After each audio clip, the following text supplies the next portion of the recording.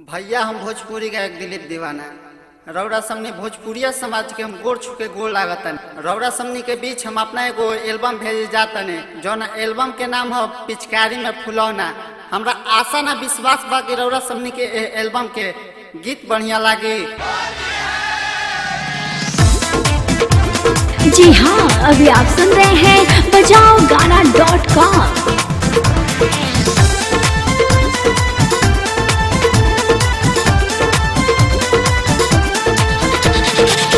जीजा जी के छोटका भाई करे में टराई सखी।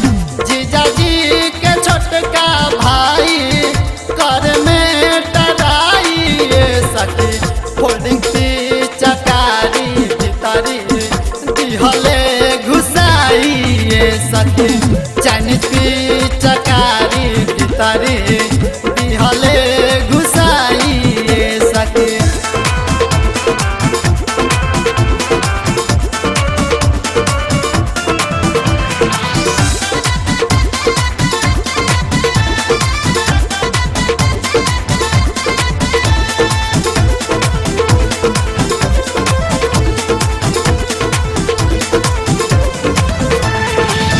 रंग के बहाने हमरो धाई लेता छतिया।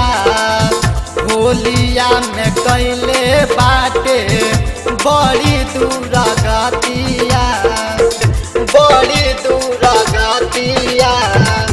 रंग के बहाने हमरो धाई लेता छतिया। होलिया में कैले बाटे बड़ी दूर गतिया। चूसे उठल लिया हमरो केतना बचाइए सखी। चूसे उठल लिया हमरो केतना बचाइए सखी। होल्डिंग की चकारी भीतरी दिहले घुसाइए सखी। चाइनीज की चकारी भीतरी दिहले धसाइए सखी।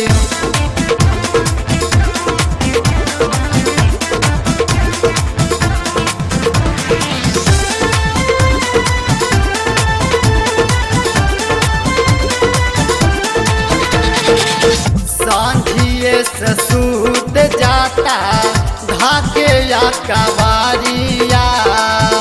अप डाउन कराही में होखे भोरहरिया, होखे भोरहरिया।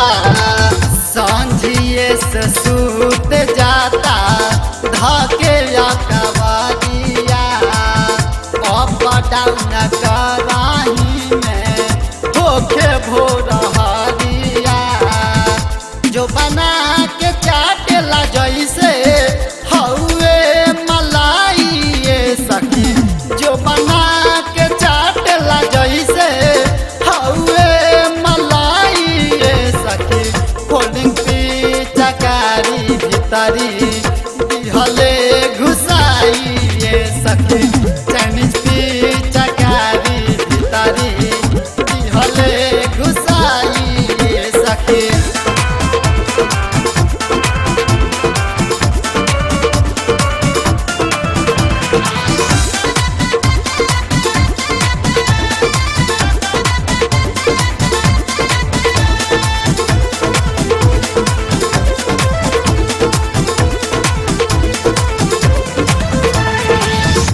जीजा जी के घरे गइल पड़े गइल महंगा। असो के होलिया में नाच देल लहंगा, नाच देल लहंगा। जीजा जी के घरे गइल पड़े गइल महंगा। असो के होलिया में नाच देल लहंगा। बचन विधायक नाही दिल पे दीवाना